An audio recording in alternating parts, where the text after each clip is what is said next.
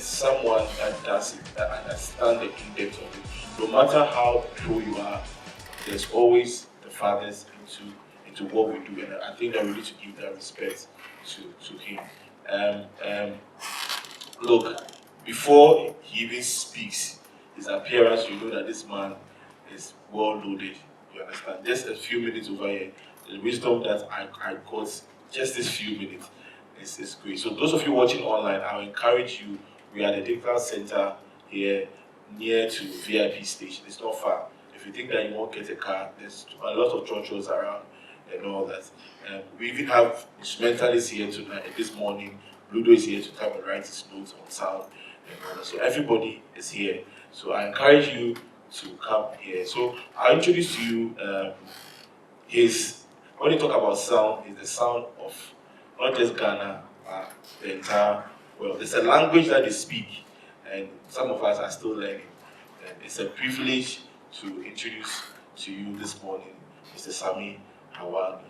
Oh, please.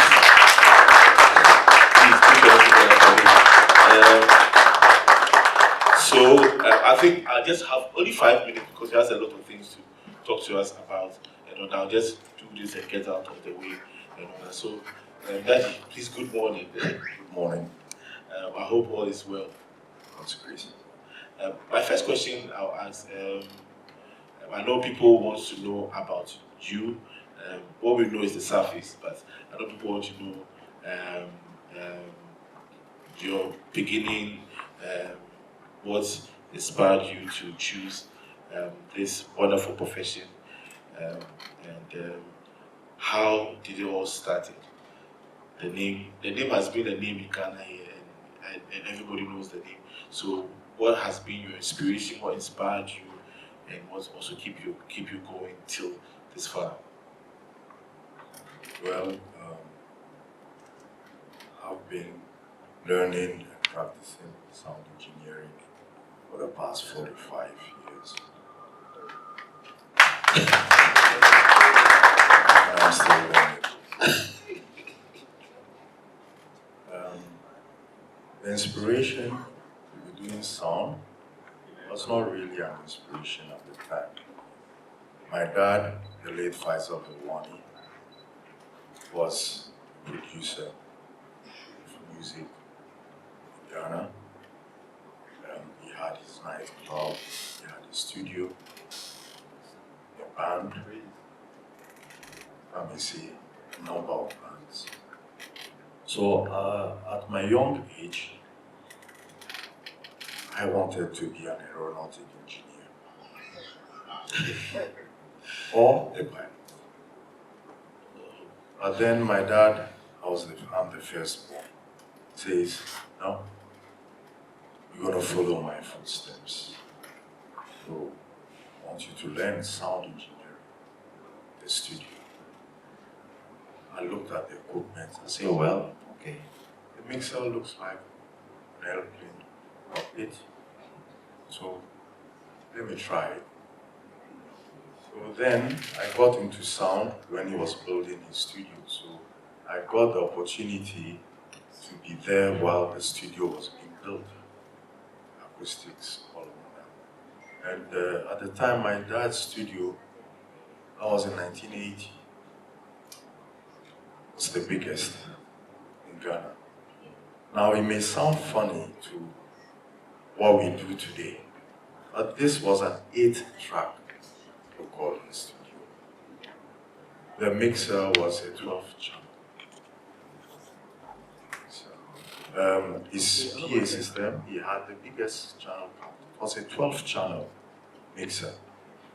That was the biggest. Because at the time, the mixers around were 4 channels.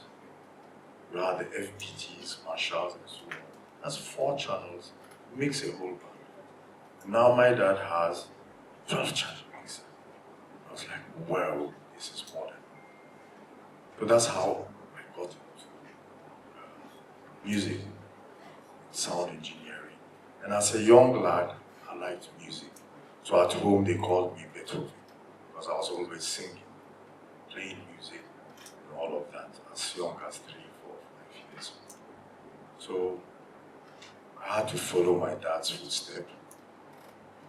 He ordered my steps. And I loved it, I enjoyed it. That's how come I'm here all grayed up now.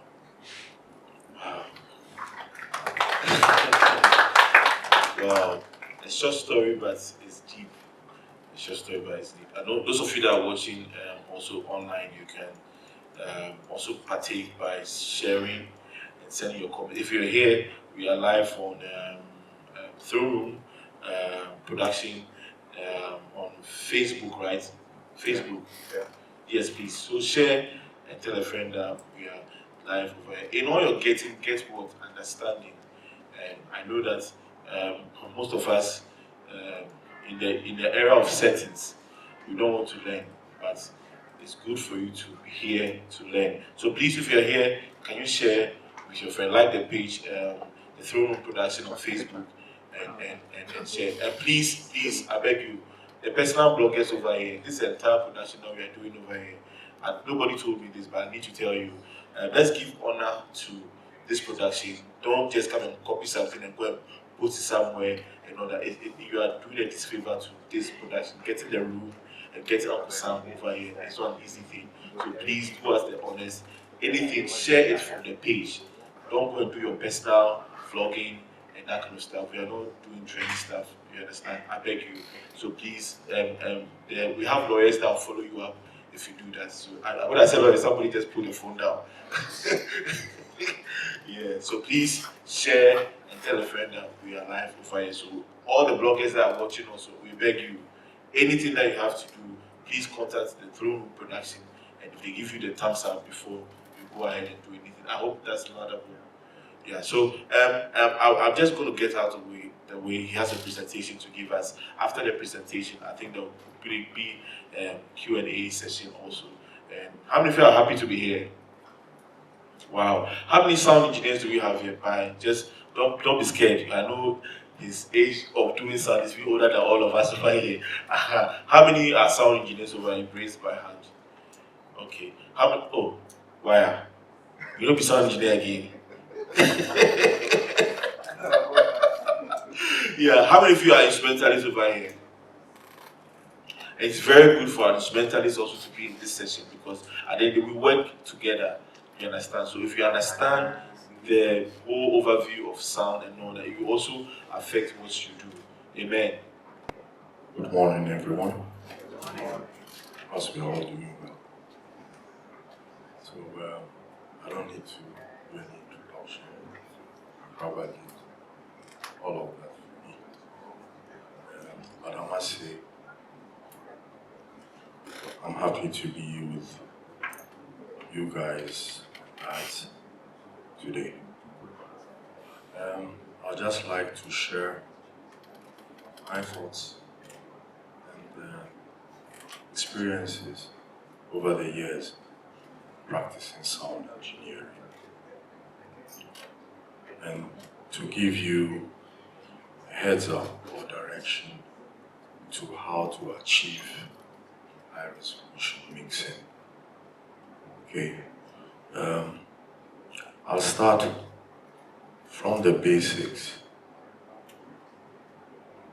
It may sound familiar, but you know, every good thing happens from the roots, the basics.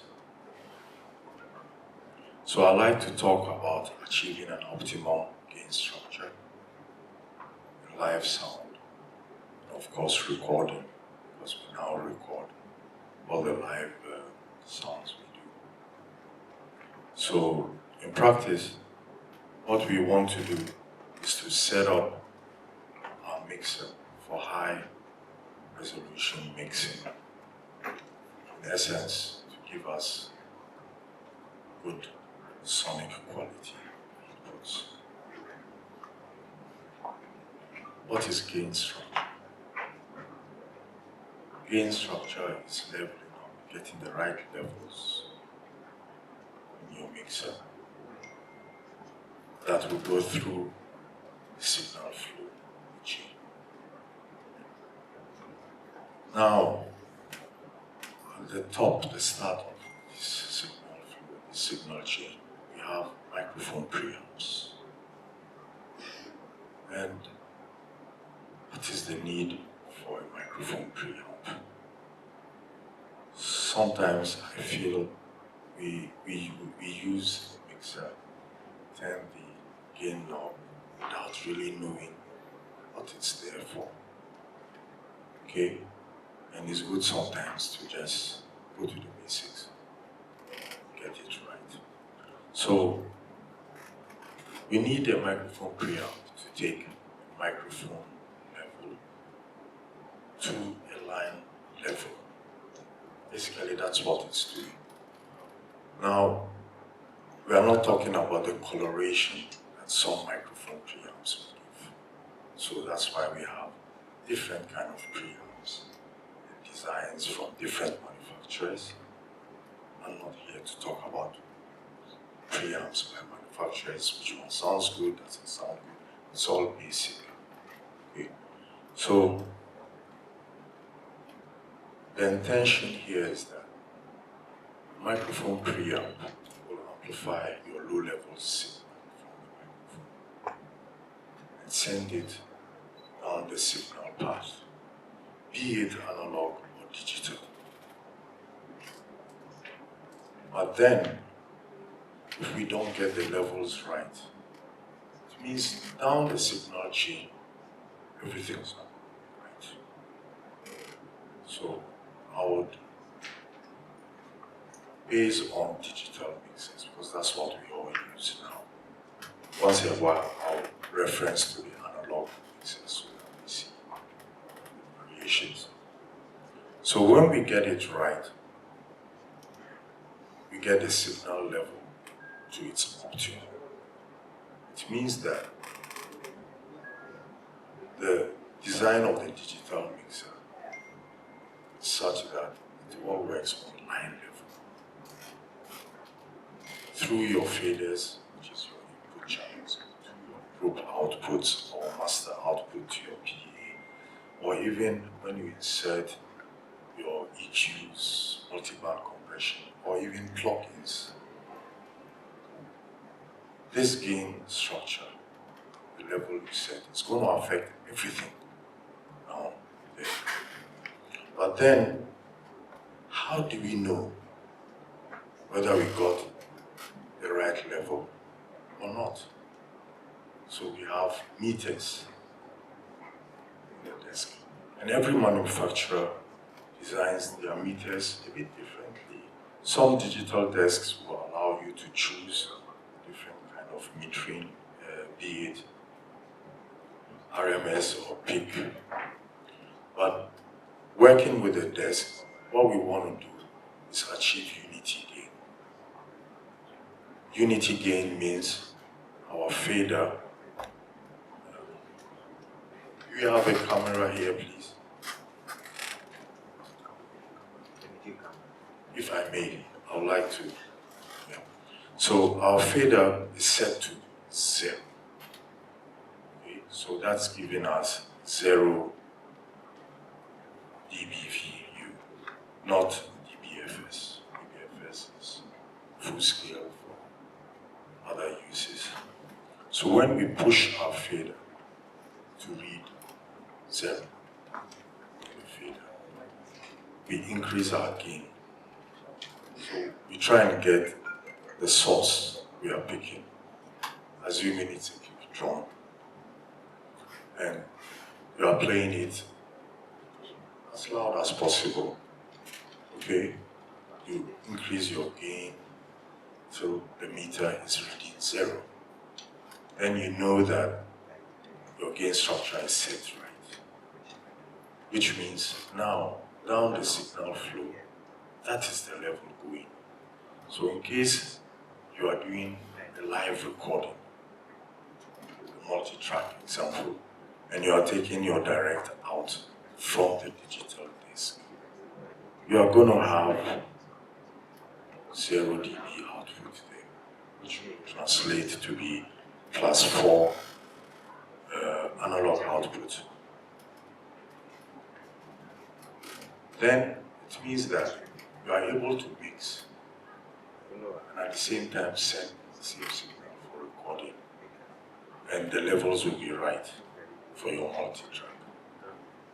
Now, if you are mixing into a group or your PA, it means you are giving the right signal, okay, for that flow.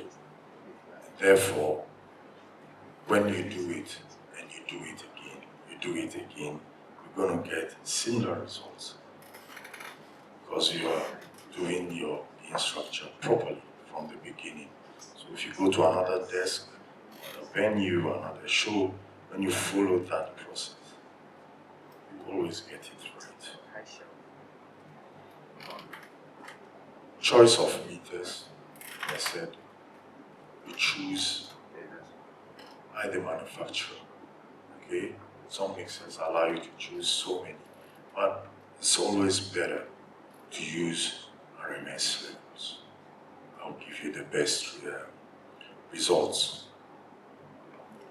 Now, the reason why we want to make sure from the kickstart, from the beginning, we have line level right.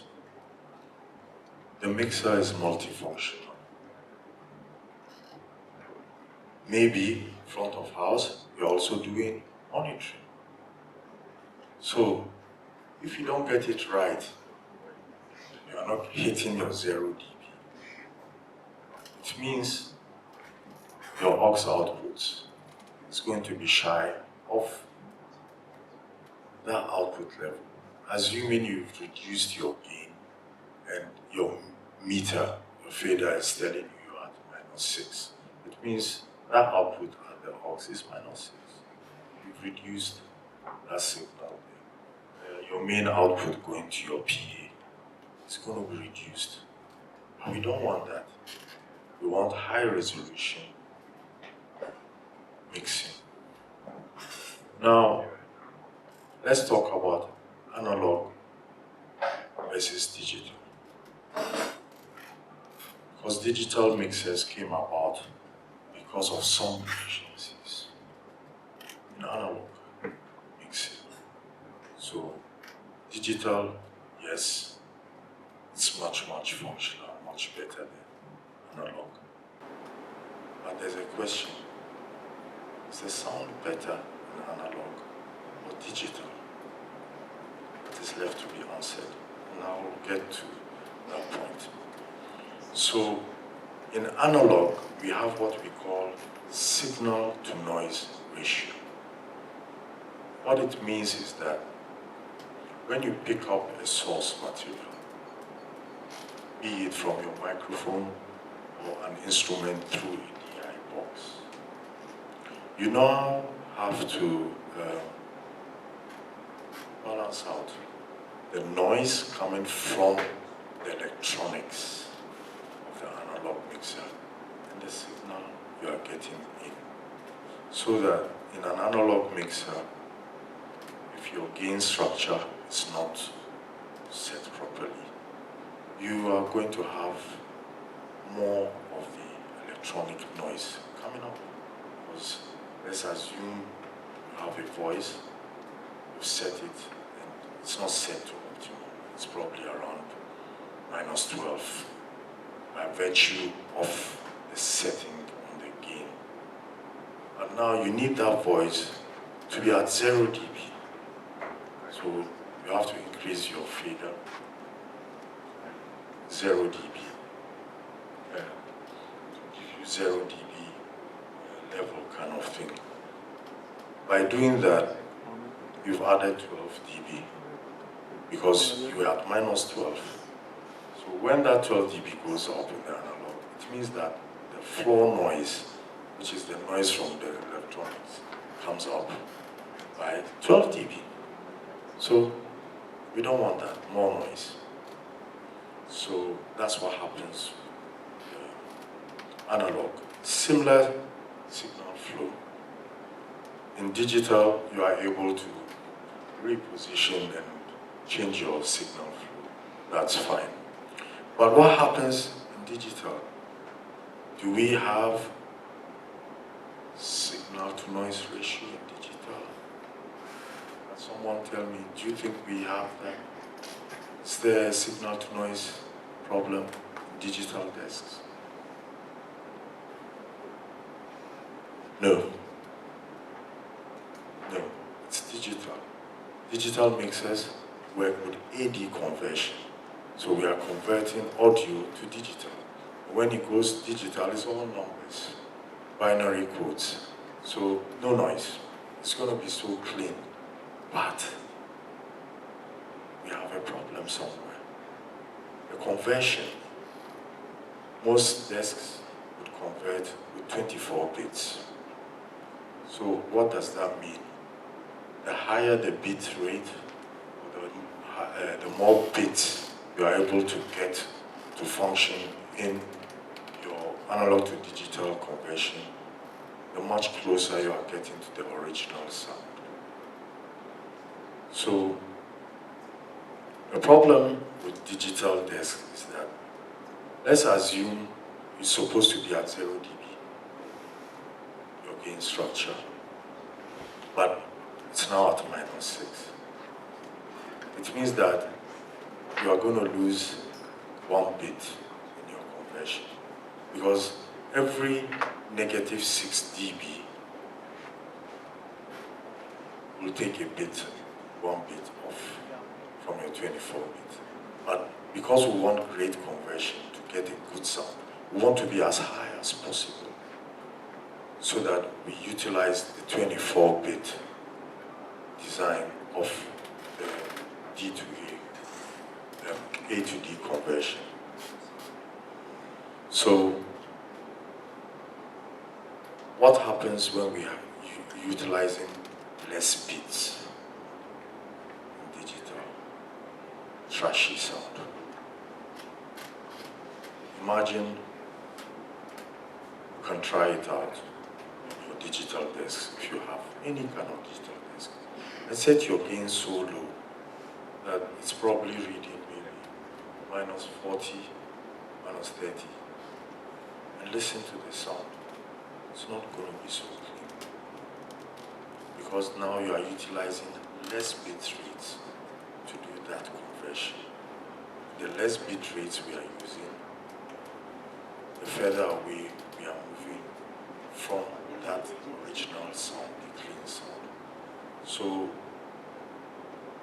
digital desks are not forgiving in your gain structure. And you cannot drive it past. So when you overdrive your digital desk, you're clipping, because no more bits to handle all of that. So we see a 64-bit digital desk or 100 and something, then we get closer to analog. But with analog, you can push. Okay? So that's why we want to make sure that when we are using the digital desk, we get the structure, the structure set properly, so that the design of that mixer, the way it was designed, will work properly for us, not against us.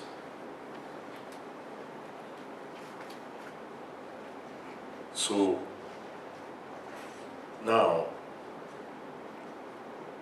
we'll talk a bit about the mic preamps. Still we have mic preamps. What's the difference between an analog desk mic preamp and a digital desk mic preamp? They are similar in function, but there's something that lacks in the digital mixer, which is when you drive an analog desk preamp, the more you push and you go beyond that 0 dB we talk about, or close to that point, the analog desk will start generating harmonics and some saturation. That's what gives us the sound we talk about, warm, fat. Okay? It's that generation of harmonics and saturation, whereby digital desk is clean, zeros and ones. It's not going to add any harmonics or any saturation.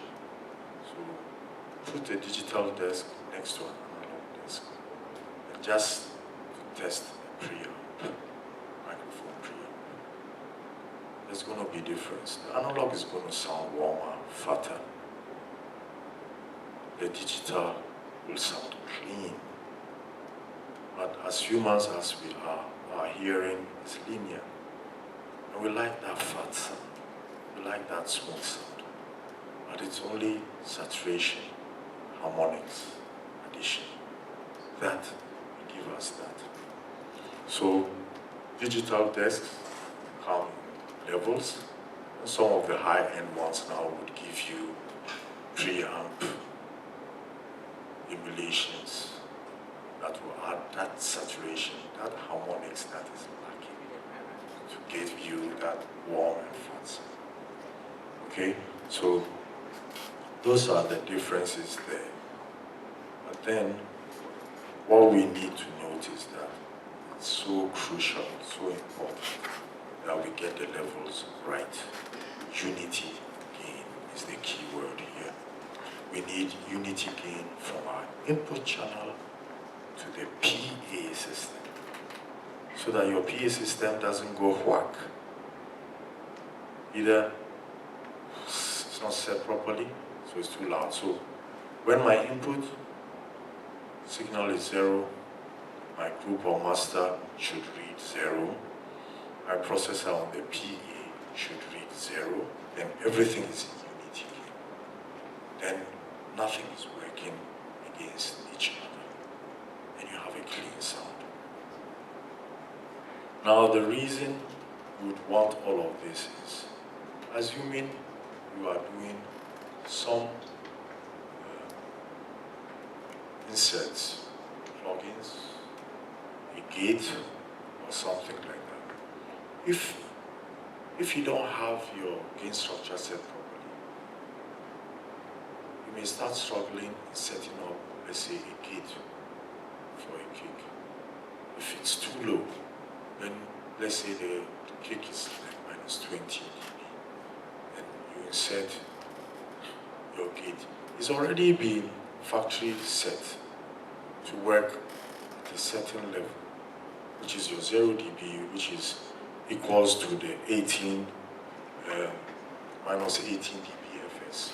Okay, these are levels for analog, and it's a format that is used throughout. So you realize that as soon as you put in a kick, because you are way too low, you start in having to lower your threshold on the kick, otherwise it's not coming. Or if it's a compressor, you realize it's not compressing enough, you need to lower your threshold. But if the gain structure is set properly, as soon as you insert your compressor or to start compressing at the right levels. So that's one of the reasons we have to get that right. And then, assuming you are doing mixing for stage monitoring, or you are sending signals through your aux outputs and so on. If you have lower levels, it means in the signal of the digital mixer, as it's going lower to the other grouping channels and so on. And it won't augur well for what you want to achieve, because again, you probably want to sub-mix some compressors or whatever on the group for background voices and so on. Then you will now struggle to get the thresholds of your compressor and all of that to function properly. And even with EQing, because it's digital, it's working with numbers, so if you're not giving it the right level, the right numbers, your EQ will sound a bit different. Your cut or boost will not work properly. So it's very important to get this structure set properly.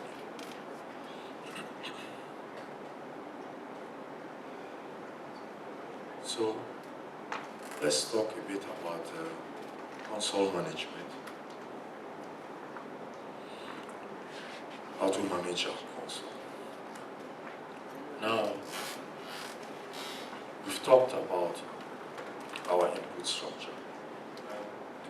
Sorry, okay, so let me just demonstrate something on the faders.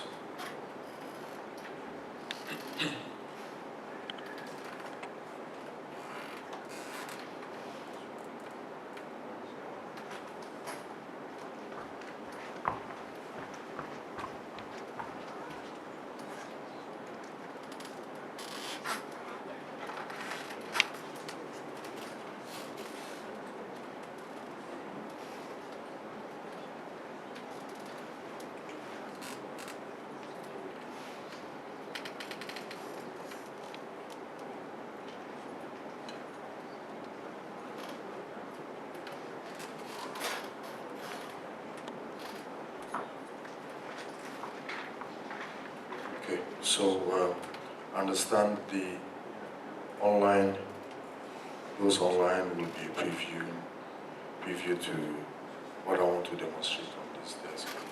And those with me in the hall here, if you don't mind, come. I just want to show something on faders. So we talk of the gain structure, which is very important. And we start setting the gain structure from the microphone gain.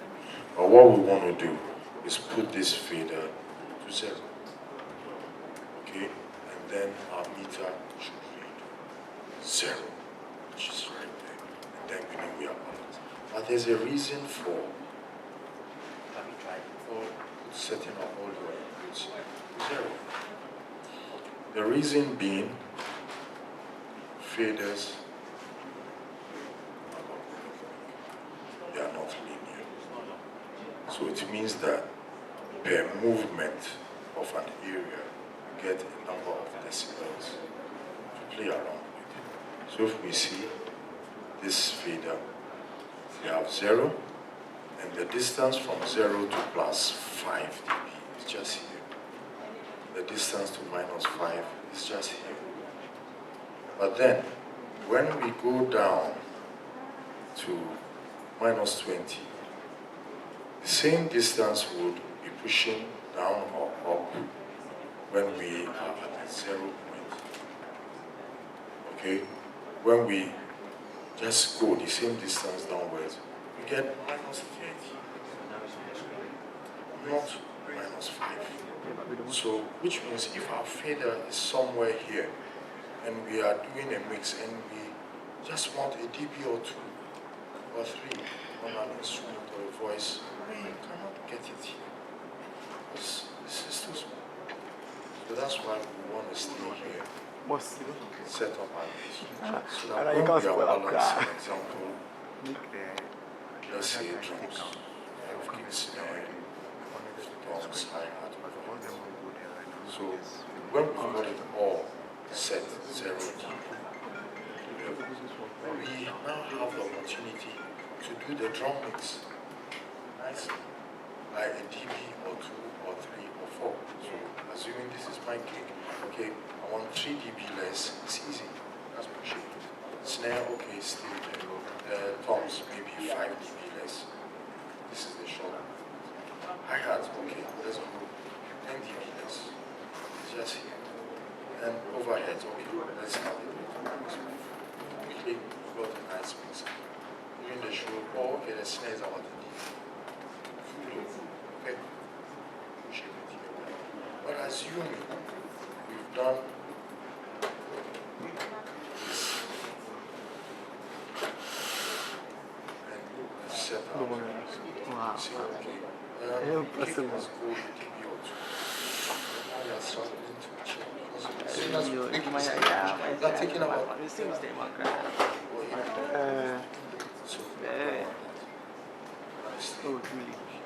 for anything, right?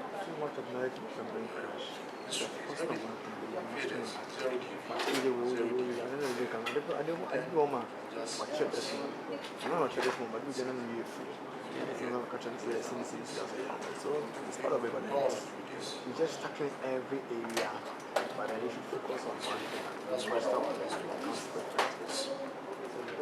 We'll come back to something confidence.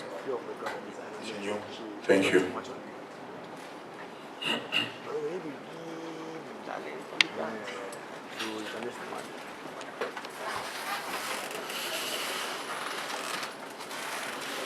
So we've talked about our input gain structure. I want us to address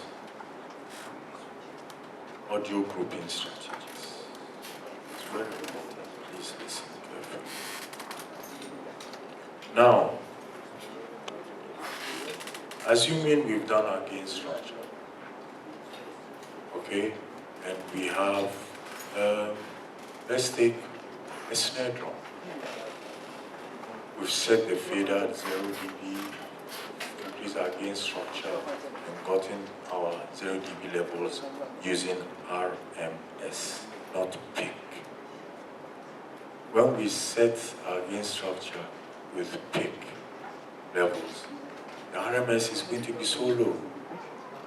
We don't want that. What happens with that is, assuming you have your PA, everything unity gain, you've used peak metering to set your gain structure. It's nice, low, because you've used peak metering. So you use RMS, then you can push your gain more and get your RMS level. Right. Okay. So we've used our RMS metering, we've set the snare, it's all sounding right. But now it's too loud. Everything is at unity gain, all our outputs, and the snare all of a sudden is way, way, way out. And it needs to come down by 20 dBs. So we drop that fader, isn't it? That's what a lot of us would do. Drop the fader or go to the microphone gain and drop it so that the fader stays at the 0. It's wrong. Because then we've defeated the purpose of wanting to have a higher resolution mixing. We've defeated what we are trying to achieve to get good line level through the signal flow of the digital mixer. So then the question is, where do we drop that level? Isn't it? Because what we've looked at now is that with gain structure, it's got to be up there. But it's too loud into our PA. Where do we drop that level? Do we drop it on the master? If we drop it on the master, it means that we've gone out of the unity gain to the PA system. Do we drop it on the PA amplifiers? Then we are taking away headroom that we want. So this is the technique. This is where we use master grouping, sub grouping. What that will help you do is keep your signal flow at the right levels for processing, all of that. And then at the group level, the subgroup or master group, you drop your output. Perfect. So let's take drums. So you set your kick drum, you got all your levels right, kick is way too loud, snare, so you don't touch your faders yet. You go to your group. So in your drum mix, it's a workflow. It's an artistic decision. Depends on the song, the music you are mixing and everything. Then you decide, do I want the kick to be the highest in the drum kit? Is it that type of music? Is it that the snare must be top there? You make that decision. So assuming that we want the snare, the kicks to be loud, we drop it. So we pick the instrument that we want to be the highest in the drum set. So assuming it's the snare, put it there at 0 dB, we've set it all right. We assign all those inputs of the drums to a sub master, a drum sub master, or sub group, or a drum bus, different names. And then from there, we drop a level.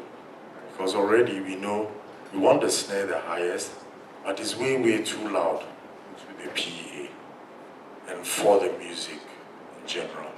So when we've grouped it, we drop the group, get the level of where we want that snare to be. And then we listen to the kick.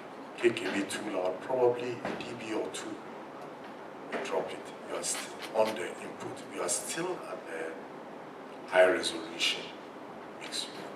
So you balance out your tones, everything like that. And the group is where you would lower or increase the level of the sources to that group. So the same technique will be used for everything. Okay? So your bass guitar, maybe two basses, maybe a synth bass, and all of that, group them. Get your levels right at the source. Choose which of the basses is going to be your highest. Okay? And use that to set your group. And then balance out the other bass or synth bass to that group. So this gives you the opportunity to be able to drop your bass all the way low or higher without affecting the line level in the signal flow. It allows you to be able to insert plugins, internal compressors, anything you want on the group, because you know that you are getting your line level all the way properly structured to the group. The group output that you lower or increase is going into your final master output. So that has no issue, that's going to the P. So we do similar technique for everything. You group your guitars, be it 2, 3, 4, even if it's one guitar, it's fine. Let it go to a group.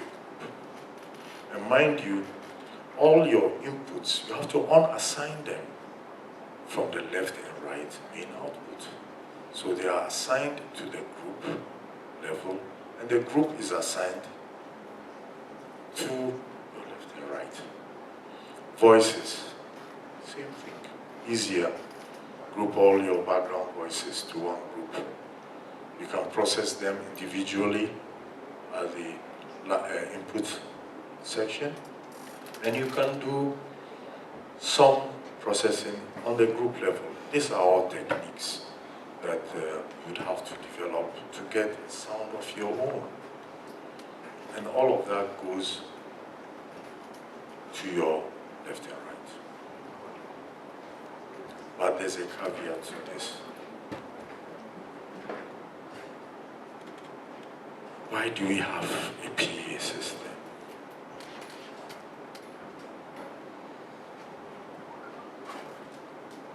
Someone help me. Why do we have a PA system?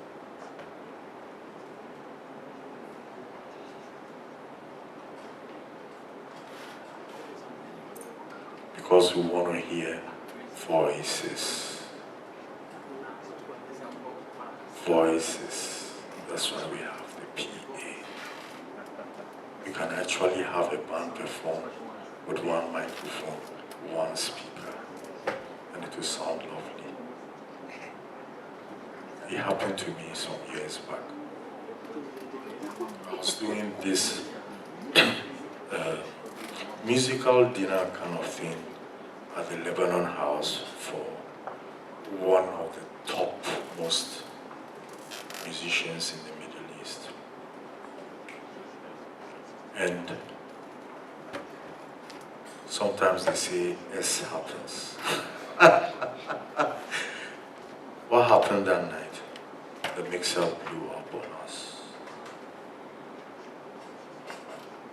Mixer blew up. We have no mixer.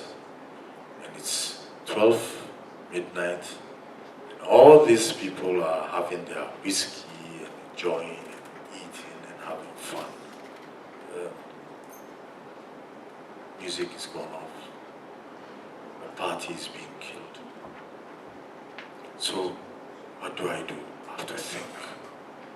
I have a PA system there with amplifiers, a mixer, a processor, analog, of course. This is like talking about over 20 years ago, 25 something years. I have to make it happen. Something has to give. Otherwise, it's bad. Really bad. So I say, okay guys, do you have any sort of amplifier, any speaker, anything? So they say, okay, let's go to our storage room. And I go and I see a hi-fi amplifier. I say, good, we have an amp. So any speaker to match it. They had something. I took that. And now, what do I have? I look at it. I can connect one mic. Found a way. Did all kind of connections. Got one mic to work for the lead singer. Put that speaker on the stage. The party went on. They enjoyed it. Because all the instruments, some were amplified, they had their combos, and so on. And that mic is picking the lead singer, and of course picking other sounds on stage. It worked. So we need a PA because of voices. They are not electronic. So why do I say this? When we group all our instruments, voices and everything, and send it all to the main left and right, the instruments, their levels, their tone, all of that, is going to affect the voices as well. So that, assuming we put a compressor and say, okay, let's glue these instruments together so they sound cohesive, sound good. It's going to affect the voices that is there. And all of a sudden, the voice is not opened up. Something destroying that. So there's a way around that. And I'll come to that when I come to my tips and techniques. Okay? How to resolve that issue is have that kind of openness for our voices so they don't sound like they are being drowned. I'm sure a lot of you have experienced this where the drums, everybody, the band starts going bam, bam, bam, bam, all over the place, and then the singer is there. It's like the singer is going into the music. It's not about the music. These are some of the issues you would face when all of them are going into a master output and being compressed or being EQ'd, all of that together. Now, I like to delve into VCAs. I'm sure all of us know what a VCA is. Some manufacturers call it DCA. They all do the same thing. So basically a VCA is a fader that will control the gain levels of whatever channels that are assigned to it. So, assuming again, we have a keyboard set to unity at the input stage and all of that, and we put a VCA there and think that, okay, the keyboard is too loud, so I'll drop it with a VCA. You've virtually done the same thing that you could have done by dropping the input line itself, because VCA is just a voltage control. Okay? So you're only lowering the inputs there.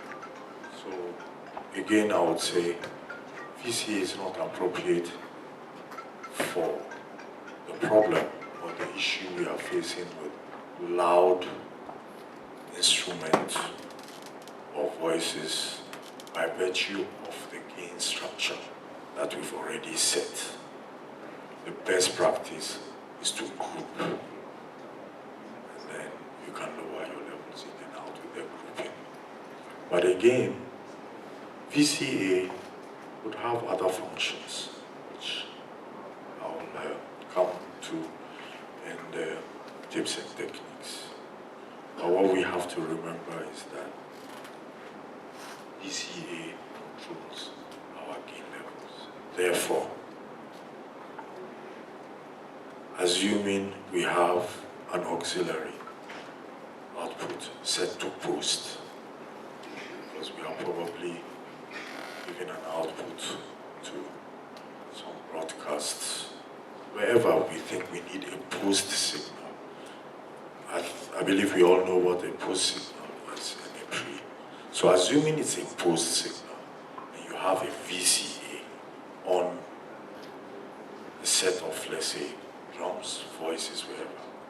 As soon as we drop that VCA by, let's say, 3 dB, it means that the auxiliary output of those instruments are dropping by 3.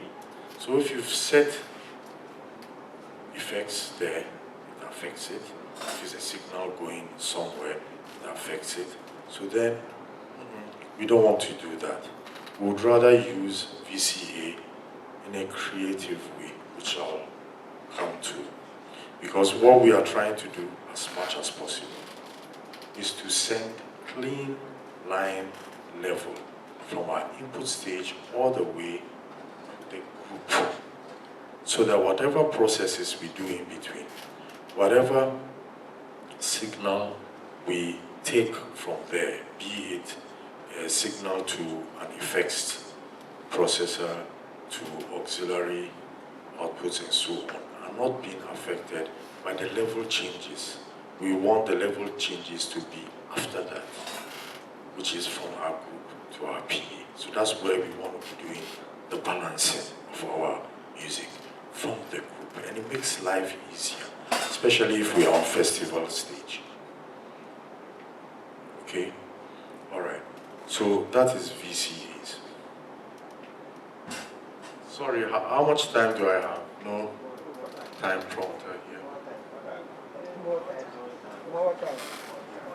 More time. You want more time or there's more time? So how long do I have? Because I know there will be some Q&A.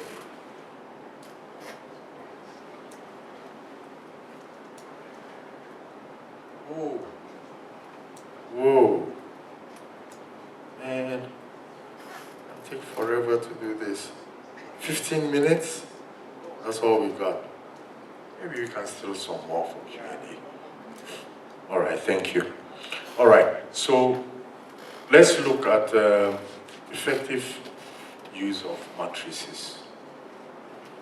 These days, all the digital desks have matrices or matrices.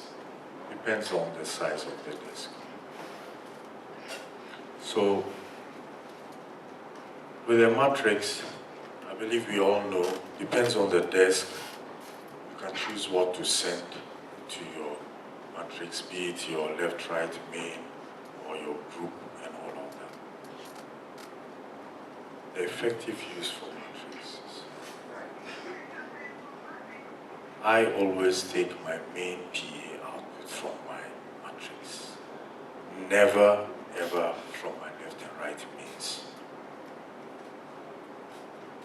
Because then I can feed my mixes to that, and I can have a matrix for my PA, I have a matrix for my delay, I have a matrix for my infills, a matrix for broadcast, a matrix for stereo recording. It makes life easier and much, much better. Because if you want to change small EQing in the PA, do something, whatever, you do it on the matrix level, so that your main out, you are getting that clean sound you are looking for. And better still, there are other techniques in doing this, which I'm getting to soon. So there are other uses for matrix, but anywhere you want to send a sound, picking up from a mix, you can use a matrix. So if you've not tried it, try it. Drop that left and right main output, go into your PA, assign it to the matrix. It's a game changer. Now, we come to the goodies, tips and techniques. Like I'm saying, I can take forever. The time is so short, but it's great. Happy to be with you guys. And I hope you are picking up what I have to share. So we've talked all technicalities, all of that. But we are sound engineers, right? So we think we are all technical. Wrong, sir. We are artists. We must look at our mixer as a keyboard. We also play the music. We must enhance and bring out that beautiful sound a band musicians are playing. We can't go all technical, okay? If we want to learn about the how, we'll mix a show and all we are doing is, okay, the how, technically this should be that. No. We must learn about the why. Why we do what we do. Why do you push a kick higher or lower? Why do you want to move some highs on the snare? Why do you want the voices to be up or lower? Not technically, yes, it has to be like this, it has to be EQ'd like this. No, there's a reason why. And when we get into the why, that is when we become the artists we must also be. Then we start mixing music. We are there to mix music, make it sound good, make the musicians happy on stage, make everyone in the hall jump and be happy. Nobody cares about technicalities. It must sound good, it must feel good. So this is where we learn the technicalities, the how, because they are tools. We need to understand why we do certain things. Just like what we've discussed about the gain structure. It is how, and then the why, technically, because we want good line level. So some of my tips and techniques, quite basic, right? But so important. Source material. You know, when I did IT, at the time it was data processing, like 30-something years ago, I remember my tutor said, we were learning all those languages, right, and Cobalt and Pascal and all of this stuff. And then he says, data processing. What you got to learn is garbage in, garbage out. It applies to what we do. So which means our source material has to be good. Then we can get it excellent. If you're lucky to have a good band, good musicianships, awesome. You're going to get great sound, you'll have fun. But then if you mess up with your miking for that good band and all of that, it's still a mess anyway. So the source material is important. Getting the right instruments, right musicianship, that's where it starts from. For you or us as sound gurus, sound guys, our microphone, choosing the right microphone and microphone placement. And all of this has to be done way in advance. You know you're going to be having this concert. Okay, this is the band. What do they play? Gospel, rock, ballad, whatever. And you choose what mics will work best. What drum kit are they using? How many piece drum kit? You got to know all of that so you can choose the right microphone. When you choose the right microphone, you must have the right microphone placement. For instance, on drums, mic placement is so important because if you don't place your microphones properly and they're all over the place, you're going to have phasing issues. This we'll talk about sometime. You get cancellations. So snare hits the hi-hat, something, some frequency is playing there and that. Because the microphone is not being positioned well, you don't just go and, okay, put that mic on the kick drum, put it on the snare. No.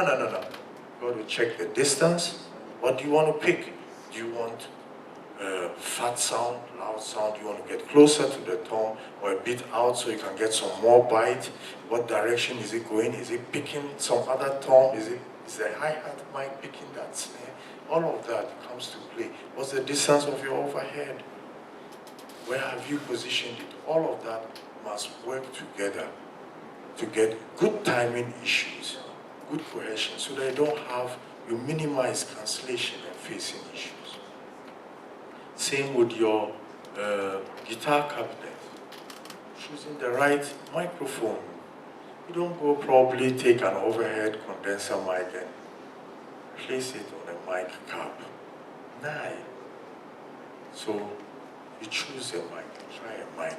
And it's not necessarily an expensive mic. And if I may, can I mention a brand? Is it allowed? Okay. So if I may, some of the most affordable microphones, sure, SM57, SM58, man, the best for years because they can do a lot. You can place it anywhere. You take an SM57, you put it on a snare, it gives you good sound. Bottom of the snare, good sound. Hi-hat to work, tom to work, congas to work. Even vocals with the right pop filter, it will work. So you don't need an expensive microphone. It is knowing the microphone, the functions, what it can do, what are you looking for it to deliver for you, and using it appropriately. Okay? So you can get expensive microphone deployed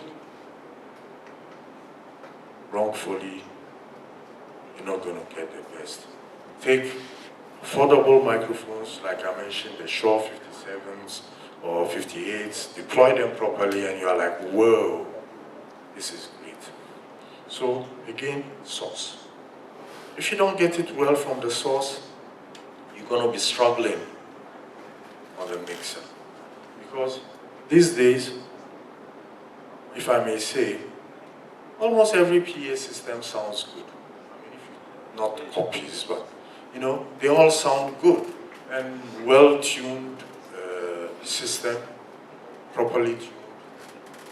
you get great results. Digital mixers, it doesn't matter. $1,000, a rack-mounted digital mixer, $150,000, they all sound good.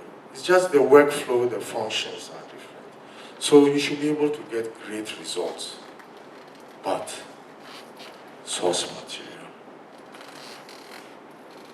choosing the right microphones for a particular function and the right position. And if you are lucky, you get a good band. Ooh, super nice. All right, so I'll touch on console workflow. Sometimes I hear a lot of people say, oh, I don't like this desk, is not good. This desk is better. This digital desk, I think is better. Oh, I've seen this guy is using this mixer. I need to get this for my church. And it's $100,000 mixer. Yeah, because my friend is using one some church somewhere. So I think I deserve to have that one. I don't want that $5,000. We start sizing mixers by prices. Wrong. Wrong.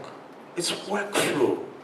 You choose a particular brand or mixer or model based on your workflow. How comfortable are you with a particular mixer? That is what you look at first, before you look at the functionalities. Okay? And the sound. Of course, some mixers have nicer sound than others, but my choice may not be yours. You may like some other mixer sound better.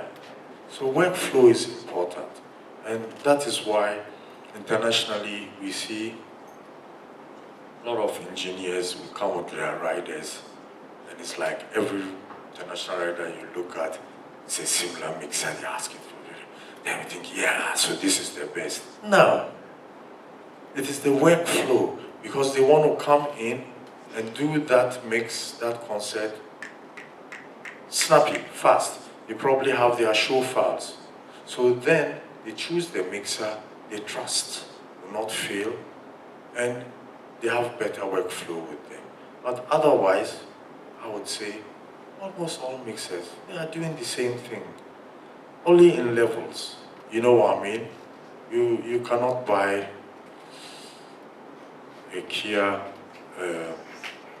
what do you call it, Picanto, and think you can get the same comfort as a Bentley. No, but it will take you there. All the two vehicles will take you there. But then you start looking, okay, what do I want to prioritize? My safety concern, my comfortability, and all of that. But it's taking you there. Even if you are using, I don't want to say cheap mixers, because there's nothing like cheap, affordable digital mixers. Low, $1,000, $2,000. If we follow the proper practice and setting up our gain structures, doing our mixing, everything, you'll be like, whoa, this is great sound. And someone who doesn't follow those processes gets the $50,000, the $100 mixer and puts it there. Sound may work. Okay? So let's stop deciding on mixers by virtue of their price. Let's look at our workflow, functionality. What do we need? Sometimes you get a big desk, so expensive, you spend all your money, your livelihood to get it, and you're hardly using 15-20% of the functions in it. We don't want that. So let's look at analog approach. Now, what's the genesis of digital mixers? Analog. The deficiencies in analog mixers is what you've improved onto the digital desks. Saving of your show file, your scenes. You can do so much. Now you can have an 8-fader desk that can handle 300 input channels, 44 outputs. I mean, imagine that if it was analog, it would be like there to here, okay? But it's giving us all that nice comfort and accessibility to do so much. But the sound of digital lacks the sound you get from analog. And we like all the functionalities there. So we didn't drop it.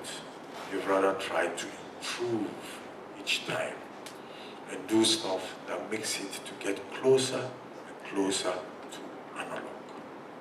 So as engineers, if you've never experienced mixing on analog, try to get one to mix on analog so that you understand the sound that you get from an analog desk. So that when you're on a digital desk, you are going to try to get that analog sound. I'm saying this because the whole world, everybody is still looking for that analog sound.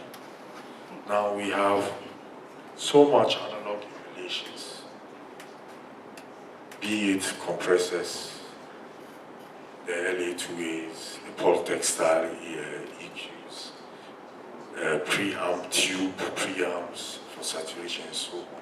They are there. I use D-Live, Allen and Heath. I love the workflow, and I don't see why I should change. But it doesn't mean I can't use any other desk. I've mixed on Digicos, the bigger ones, the D5s before. I've mixed on Yamahas, okay? And all of them, they have a workflow. But I'm used to my D-Live. It doesn't mean I can't go mix on that one. Now, just a short story. Sorry I'm taking time, but my guys are here, I need to share something. There was once I was doing a sound for a church in Ghana here, and they had their head pastor come in and they needed better sound. So they have a mixer, we supported them with some PA and so on. So I go do sound check, and it was a PreSonus desk. I don't use PreSonus. It's not my workflow, but it's a simple system to use, and the signal flow is like any other desk. So it's about, okay, what do I want? I want input, I want to send by gain structure, Okay, sometimes I want to go somewhere, I'm not too sure, so the church engineer, hey, how do I get this? Does that, I do my mix and done. Later, I hear they were discussing, oh, Uncle Sami, you don't know use PreSonus. Time they pass. And someone told me, and I heard, I said, the young will grow.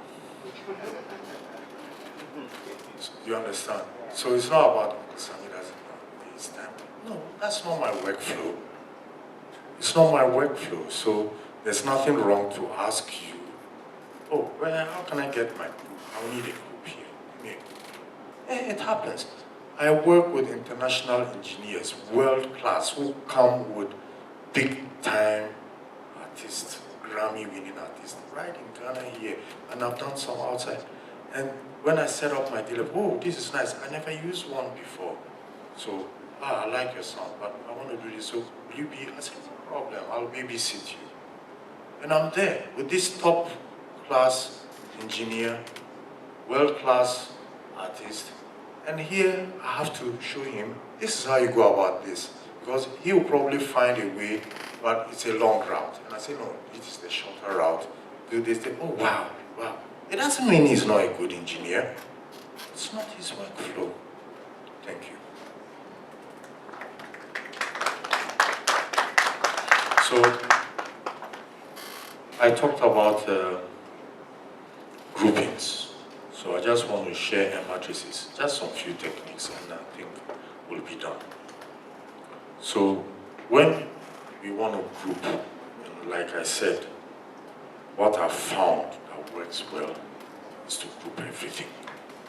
So you have your drum group, percussion group, bass, guitars, keys, BVs, lead singers, all in one group. Makes it easier to mix.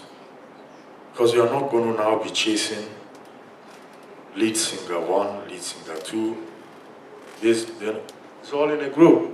Quickly, you can make a mix. So if you don't get time to do a good sound check, then you probably have virtual sound check.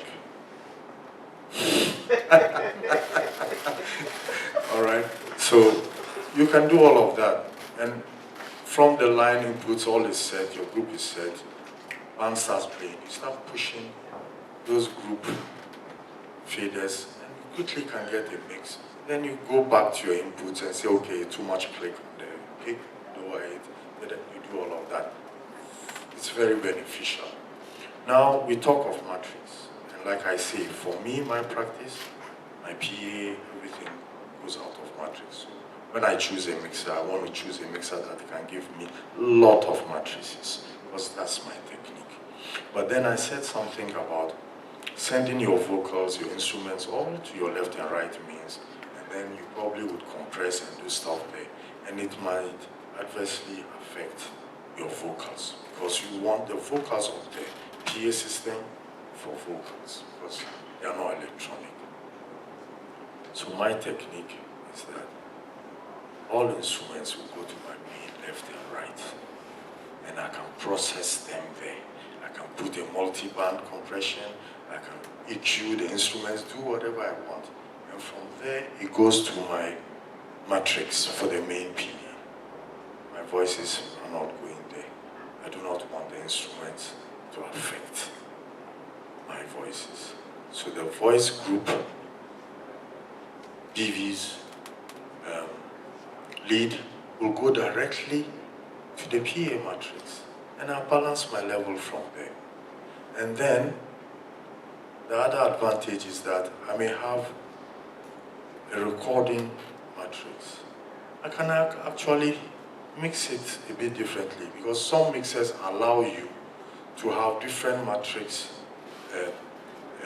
source into the matrix levels differently from other matrix outputs. So matrix 1, matrix 2, matrix 3 can all be fed with different levels, okay, of source material. So we are having our all band, which is on the left, right, going to my matrix, and my voices going to the matrix. And for each matrix, I can set it differently if I want. So that's my take on how you can use matrices and make life much more easier. And it will allow you to be the artist you have to be, so that you are not on a show doing the how, but you are doing the why. And you can actually mix music and enjoy it. Thank you.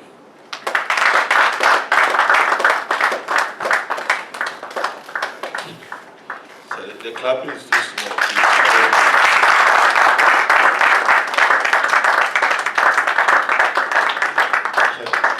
This is actually not just, it's a masterclass put all together. And I know that for me personally, I've learned a lot just this morning. And he deserves an applause again. I have one personal question I want to ask him. We'll just take some few questions. Uncle Sam, on behalf of the fellow Ghanaians, is there an academy or something that you want to do to support as the up-and-coming engineers? Because we want to really learn at your feet. And I know having these seminars is just a short learning curve for us, but we want to have a proper one-on-one learning with you. I know this one, sorry for asking this question in an open area, but I know, listen, the truth to be told, what this man knows, we don't know a quarter of it. I'm telling you, we are just using Mafi Makwe, Matra Makwe, and as the pub, you think that, but it's good to know the fundamentals of sound engineering, and I think it will help all of us. So I just want to ask this question openly, if it's something that you're looking forward to do, and how do we enroll? Yeah, happy to hear this. I've done some trainings in the past, but I didn't have enough time to concentrate on that because of doing studio work, being out there live and so on. I turned 60 this year. Wow. So it's in the pipeline for me to give out of my experiences over these 45 years out to people, young, upcoming, those who are already out there. We must share. So watch out from next year. We want to grow an industry. We don't want to grow an individual. So we must share, and I'm ready to share all my experiences to those who are willing to receive. And by the way, I just want to advise young coming engineers, please look for a mentor. Thank you. Wow. I think with this academy, I'll also be part of the team to champion it, because we really need this. We really don't have something like this running for us, and I think that will help all of us. You understand? Your question that you asked, fine, you asked it, but Charlie, we really need an impartation service. I'm serious. I'm serious. So those of you also watching from home at your comfort, this is supposed to be an in-person experience. You understand? I know online is good, but we're supposed to come here in our numbers to learn. You understand? So please, if you're watching from, it's still not late for you to come around and all that. So we'll take 2 or 3 questions from you, then we wrap up. Please let your questions be brief. Your name, and yeah, so then the question will follow. So I'll look by the hand up and all that. And also, I'm also going to stress on this also. Please, this is a production done by Throne Room Production. So we don't want any of you to go and cut video and go and put it online, then put the name on it. And this is very expensive to put up this thing. Let's give credit to who the credit is due. So please, let's not do that. The settings error, please be very careful. They have lawyers that will come after you, so please be very careful out there. So thank you very much. So any question from anyone? The Ghanaian mentor, you know what asks? Charlie, boss asks, please ask. Yes, Chairman Crew. Oh, please come forward, please come forward. Shall you drip your wow. Hi, good morning. My name is Klu. God bless you for the presentation. Concerning the last point you mentioned about the tips and techniques, I wanted to find out, in terms of sending your band to the left and right, and then the vocal straight to your matrix, I wanted to find out if this approach could also work and what your take on it is. So probably creating 2 groups, a vocal group aside, and maybe your individual drum, keyboard groups, maybe creating an all-band group, and then doing your compression and every other thing you want to do on that, and then maybe both go to the left and right, and the left and right is free, no EQ, no compression. Would that technique also work? Thank you. Okay, so the technique you speak about is when you have limited groups or matrices on your mixer, then you can go about it the manner you are saying, and you make sure on your left and right you hardly have too much compression or whatever. But otherwise, the reason for the technique that I use, where I'm able to do that because I use a bigger desk with all these functionalities, is that I'm able to compress, EQ, the set of groups accordingly. So drums, I compress, I EQ them the way I want for the drums and all other instruments before they are mixed into the left and right. So therefore, at the left and right stage, I probably would just do a multi-band or the compressor to glue them. But otherwise, if everything is going into a group, then it means you cannot compress your drums separately, your guitar separately, all of that. That compression or EQing is affecting everything. Then you have to do those compressions on the input level. But like we are saying, we want to mix into the group and push our levels. So depends on the mixer you are using. Okay, all works. The idea is to have good gain staging and use your groups. So choose your mixer wisely, and depends on where you want to use it. All right. We have a question from online. So he's asking, Mastermix Matrix be on pre-mode or post-mode? Matrix, you don't have a choice of pre or post. There's no pre or post function on the matrix. Matrix is basically a routing. Okay, it's a routing you are taking from the group out into your matrix. So where you have the choice of pre, post are in your auxiliary sense. So we are not talking about using an auxiliary send for this. We are talking of using a matrix which is picking the source from your group. And your group output will always be the group output. I think he's talking about the left and right going to the matrix, whether it's supposed to be pure, so that your main fader. Yeah, but still your main output doesn't have the choice of pre and post. So it's all post. The choice of pre and post is from your input stage, those lines. That is where you can choose to send a signal out, pre or post. And that goes into your aux sense. Okay. See, we are not sending from the inputs to the matrix. We are sending from the group, the submaster, the subgroup you've created. From there, it's routed to your left and right or to the matrix only. Okay. I'm sure the instrumentalists are wondering what is Matrix. They know of a movie called Matrix. It's not a movie, it's me, a learning sound here, sorry. So, any question from any of you also, your name and your question, please. The ladies, you can also ask questions. So. Yes, any question from you people? You are waiting for post, they're going to write things under. You are here, Uncle Sam is here, ask your questions, now you are afraid. Any question from anyone?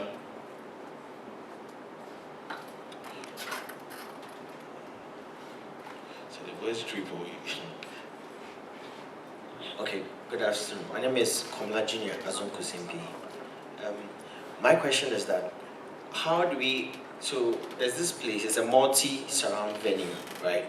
And I know we always mix left and right. If you are sending a matrix to the, let's say, a pillar or a delay, is it by force to put the stereo mix or just a mono output will do for maybe multiple sections? So usually we know our master is left and right, which is a stereo output, but then now we are doing a surround mix. Is it compulsory that we have to do our output stereo, as in the matrix zone stereo, or just a mono matrix will work for multiple zones? Thank you. So your question is actually two questions. That's how I see. You are talking of one of surround sound, and then you are talking of distributed sound in a place. The surround sound is different from distributed sound. Okay, some mixers are able to do surround sound, like the D Live I use.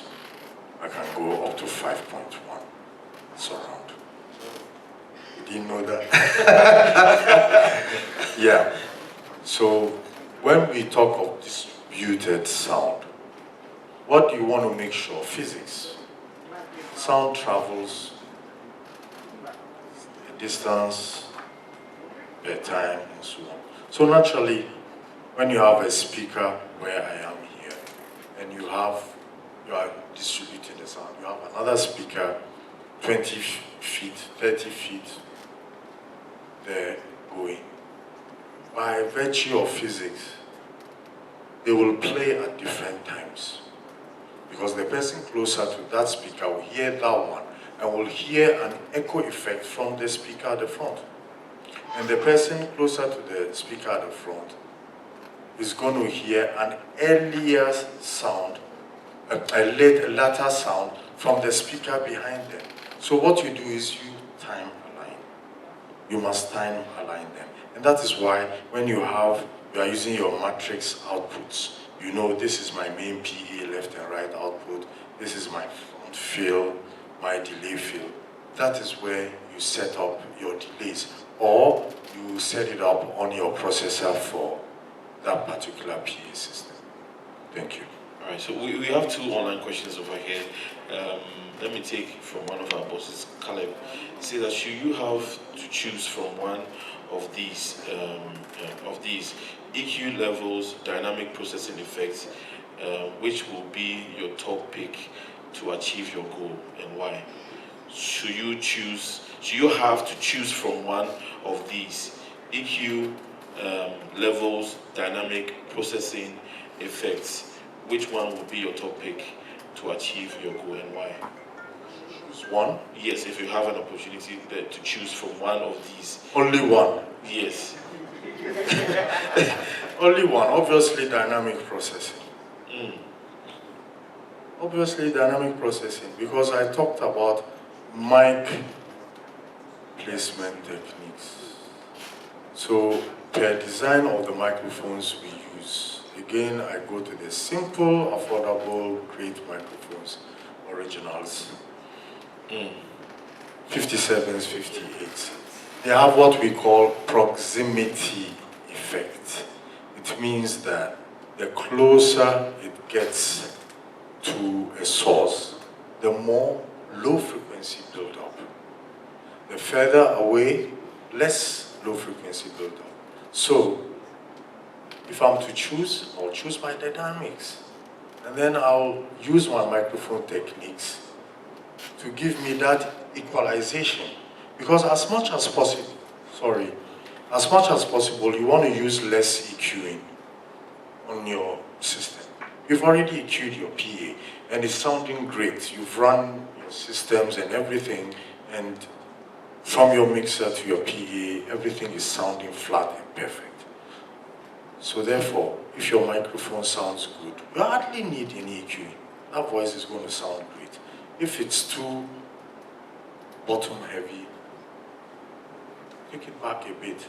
But I want to control the dynamics so that when that drummer starts hitting hard, I don't want him to send peaks into my PA and I have to reduce my PA and then I don't have enough headroom.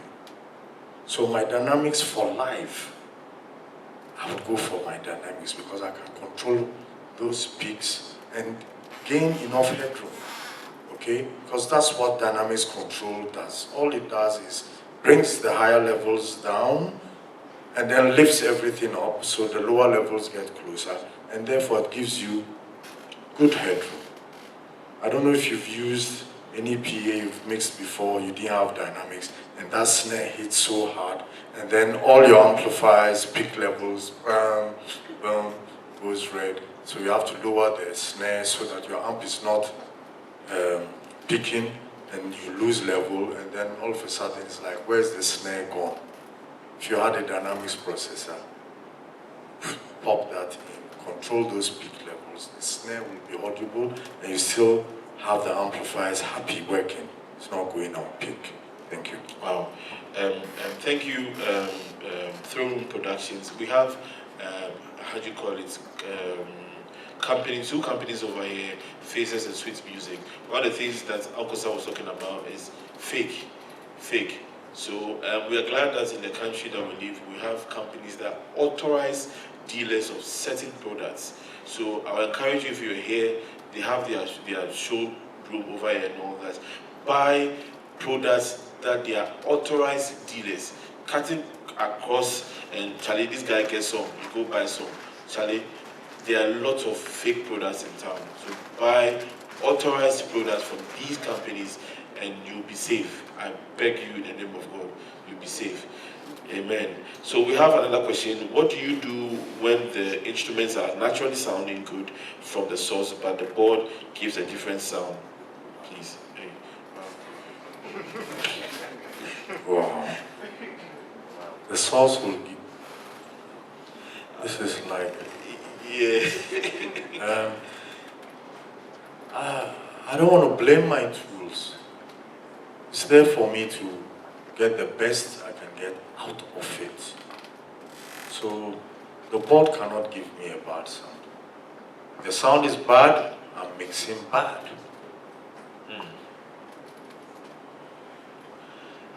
Wow. Hey. Wow. Wow. Any final question? And we have small tokens over here. Yes, please come. Boss, come. Hey, now the end, people go quiet. Charlie, but boss, you can't put Uncle Sam and give this time. Really, I don't want to talk. Yes, sir. Oh, but are you a shy guy? My name is Praises. I want to ask this. Let's say you are using your mixer to do the main processing of your PA and all that. And the PAs that you use are of different brands. So let's take into consideration the subwoofer. You realize that one of your subwoofers is front loaded. So, and then one is what do we call it? It's a vented subwoofer. But the sounds coming in are different. Is it okay to use different processing techniques to get a unified sound out of your subwoofer so that you can get the what I'm talking about here? All right, so your question, you've delved into another area which I've not talked about today, which is systems design, engineering.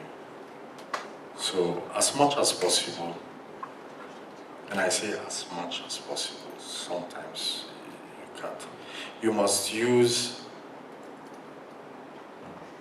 similar models and brands of the same source.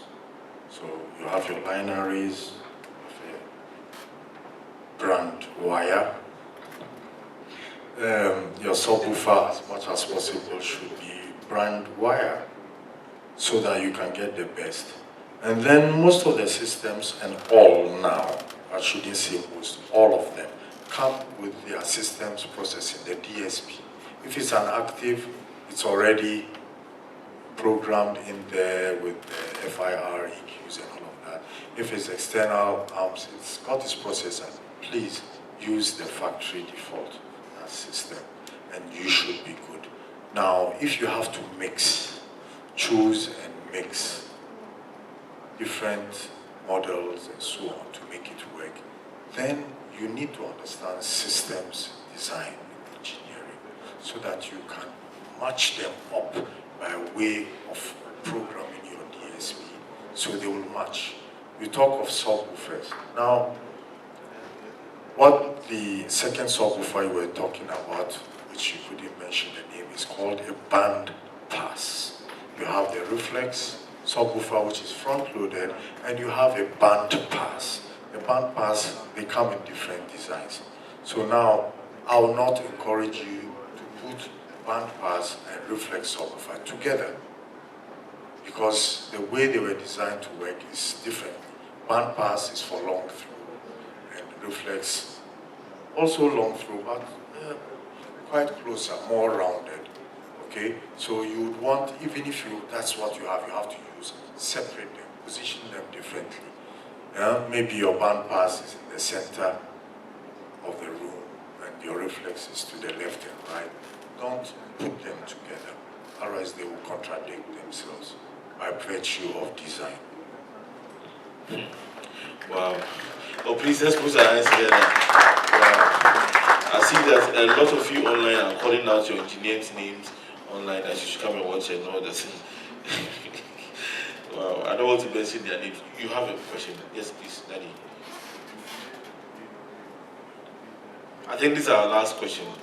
Thank you very much for the opportunity.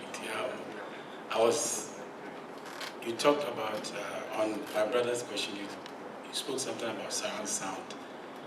You asked whether he was talking about sound distribution or surround sound. I was not going to ask, but when you touch on surround sound, it came to mind. Let me also pick your mind, because these days audio is going immersive now. So is this something we from our part of the world should look into?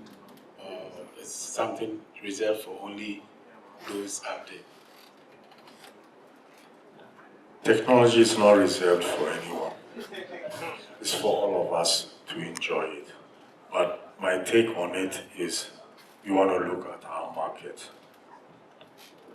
Okay, so I would advise we take small strides. Let's improve what we already have to be of quality.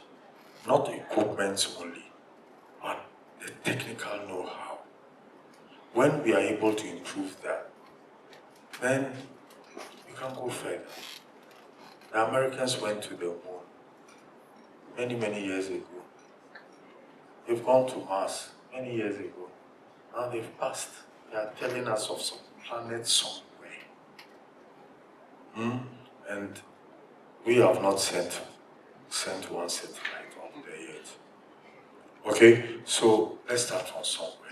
Immersive is lovely, it's great, but it costs money. L Acoustics has an immersive system. It costs millions of dollars.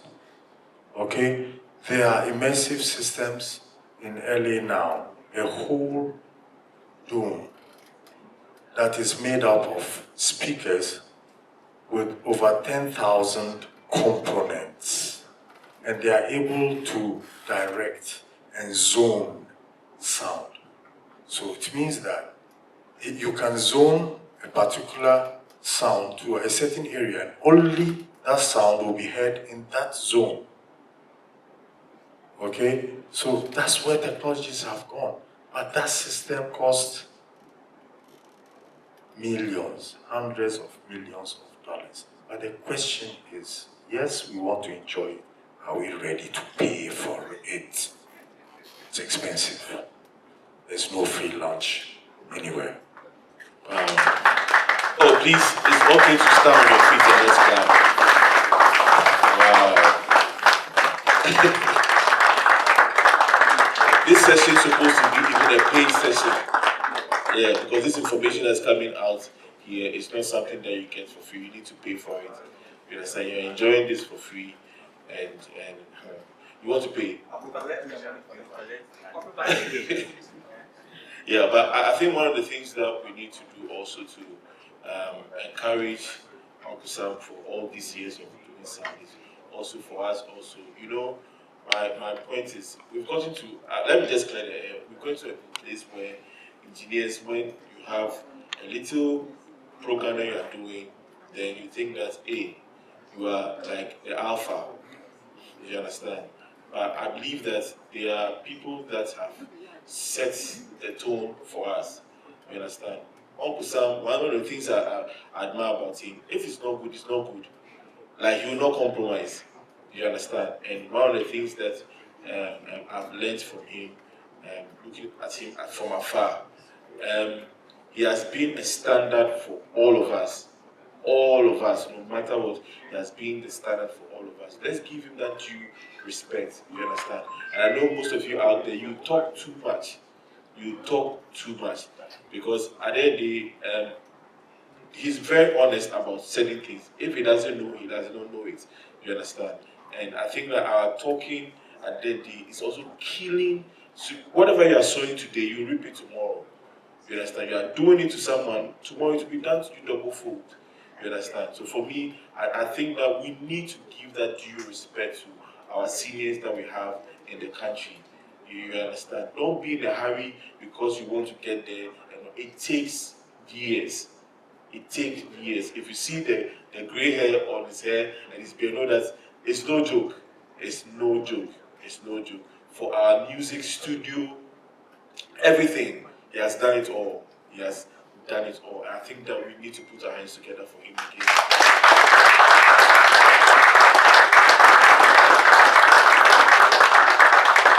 And one respect I also have for his son. This guy is a great guy, and I think that is one of the things we need to learn. Having your father's business at heart, and whenever you need something, I think this week I was on a conference call with him for a program, and the way he speaks and all that, that shows that how he has even affected those around him. And Rami, God bless you for all that you are doing. Oh, God bless you for all that you are doing. So please, his details will be provided online. If you want to contact him, not just for sound, acoustics, anything, this man knows it well. I'm telling you. I've worked in rooms that he has installed equipment, and I'm telling you, look, the level of professionalism. If you even see the rack that the amps are in, the cabling, everything, you might think that they flew some people from abroad to come in. But we have him in Ghana here. And please pay the price what is due him. Over 45 years of doing sound. He doesn't need the 2 decades. You understand? You know what I'm talking about. He deserves it. You understand? So give him whom honor is due. He's due the honor. So please, church and all that. The right people around. Stop cutting the corners. Stop cutting the corners. And you guys, engineer that you're watching me from, you know that you don't have that level to handle that. Call the people that have it. You understand? You don't know it, and you go. Let me not just open it. Some of us are here. We know what we'll be doing behind closed doors. You understand? At the end of the day, let's give who honor is due. If you have a program you cannot handle, Uncle Sam is there. He's not someone that's far from us. If you want to call him in to come and support what you are doing, at the end of the day, glory and honor will be unto your name. Amen. I don't want to talk about these things, but Uncle Sam, thank you so much. Throne Room Productions, hey, fellow Ghanaian, Charlie, God bless you guys for putting Uncle Sam on this program, and this is amazing. I think I'll put up this video again we did on the live room. There's a lot of things that he shared. I think that you need to watch some of these videos back again and learn more. And let's wait for the academy also that will be done for sound engineers. Let's give him the pressure so that we'll have it on and all that, because at the end of the day, this is a nation building what's the word?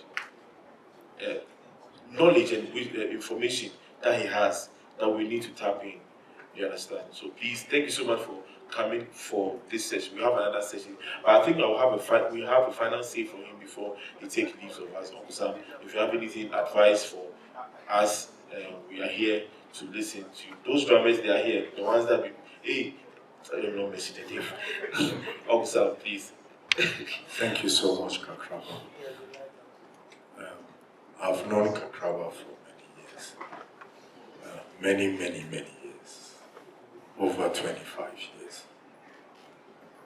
And appreciate the time spent with you guys, sharing a little bit of my experience and knowledge with you. I pray that you'll take this information into heart, rewatch the videos, try out some things. Let's meet again somewhere another time, share more knowledge, and together we can grow an industry. Let's not think individually. Let's not think individually. It takes the might of all of us, upcoming, existing engineers, to create an industry. If we do not have an industry, we will not grow. We appreciate and watch other countries, big stages and all of that. Trust me, that all came about because they were together to build an industry. And lastly, please, get mentored.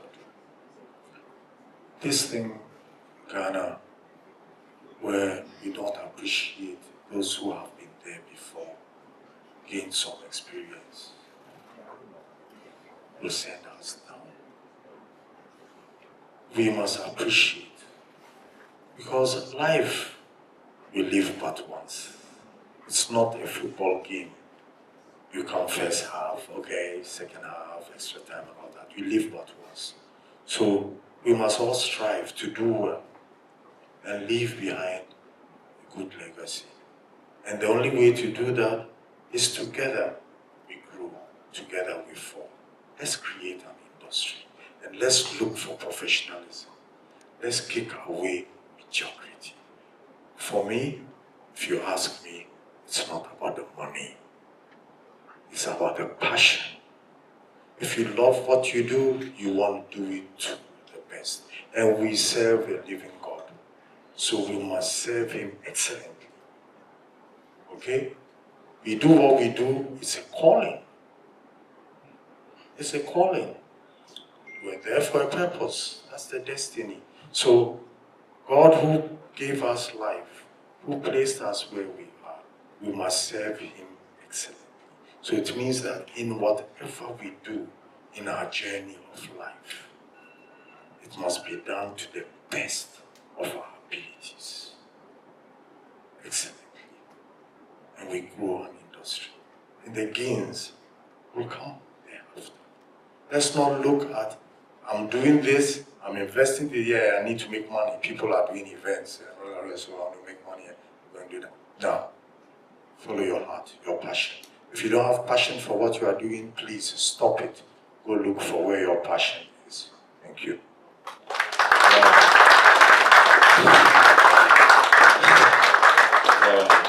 Sam, God so bless you. It's always a great honor. If I've even spent 2 minutes standing with him, the wisdom that he imparts on us is great. Uncle Sam, God bless you so much. For me, personally, if anybody doesn't honor your name in secrecy, me, I always do that. Let me say this, there are even some things I've turned down because I know that Uncle Sam is there. We don't do those things. You understand? Engineers, please take this cue from there's an industry we need to build. You understand? If we are not together, we will not achieve the results. Because at the end of the day, everybody's trying to fight for themselves. And unity is a nation building thing that we need to do.